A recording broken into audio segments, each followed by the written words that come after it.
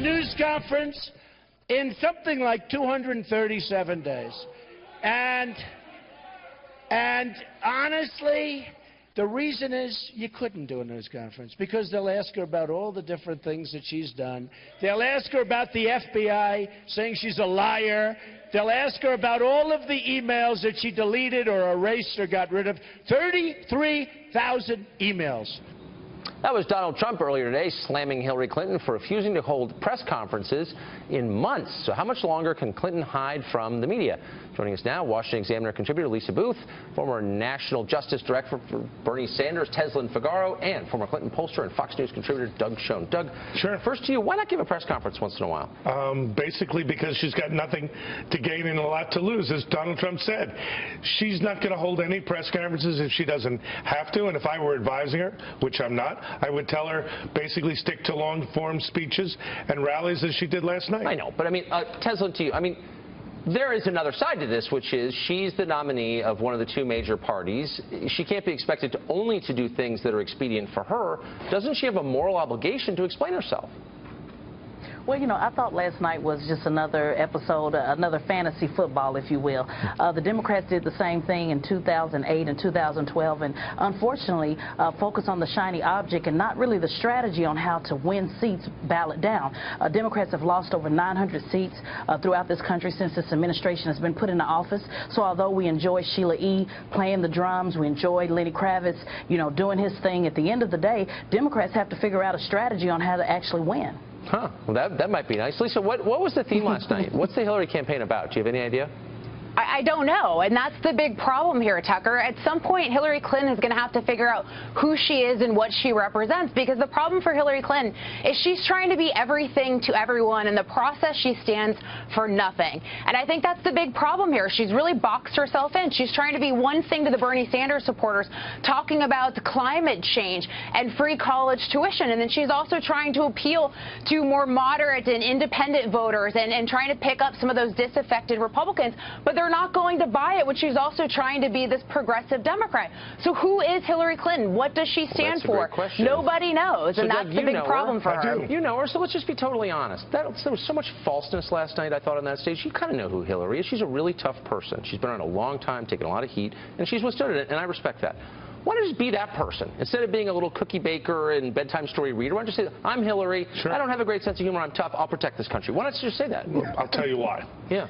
Bernie Sanders had, what, about 45% of the primary vote. Those people are unrepentant leftists, and Hillary wanted them to stay on the reservation. Hence, she had to moderate, indeed even move far to the left to keep them on board. And given the energy of the Democratic Party is not where I am, or truth be told, where I believe she really is, she was getting through the convention best way she could. And if she was all things to all people, for her, that's a victory. So, Teslin, did she fool you? I mean, you're a Bernie person. Did you look at her last night and say, you know, my misgivings before were just silly? I'm fully on board. She's convinced me that she's a humane, sensitive left-winger. Well, you know, I left in 2014. I'm an independent fiscal, independent, if you will. I'm not a socialist. I'm a capitalist. I'm a business owner.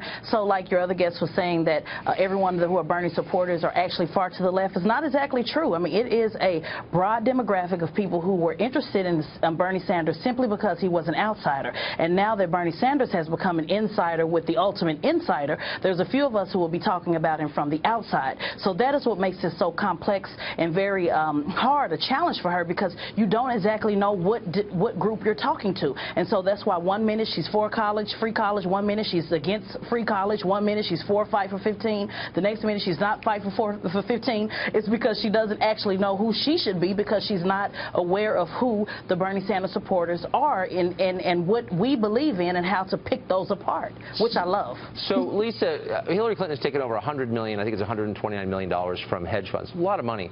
Trump has taken basically none.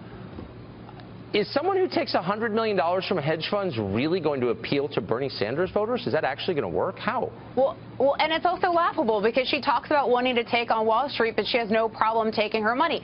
And therein lies Hillary Clinton's problem. It's this hypocrisy. It's this inauthenticity. People just don't believe what she's saying. And the problem for her is in the process of trying to be everything to everyone and not standing for anything and not having her own convictions, she just lacks believability. People don't believe her. They do not trust her. This has been a long-standing problem she has. And by trying to play all these different sides, that's her problem. And to the prior guest's point, with Bernie Sanders' appeal is the fact, regardless if you believe what he's saying or not, which I certainly don't from an ideological standpoint, he at least stands for something. Right. No, Hillary Clinton doesn't stand for anything. She has no convictions. Well, she seems to have kind of competing messages, Doug. I mean, on the one hand, she's a steady hand. Right. Whereas Trump is chaotic and all over the map. She's rock solid and been around. On the other hand, she's a change maker, as her husband said. So which is it? Is she a revolutionary or is she a preserver of the status quo? She's whatever it is that's necessary to win the election. Plus one other thing, it's Tucker. dizzying. No, if I can finish.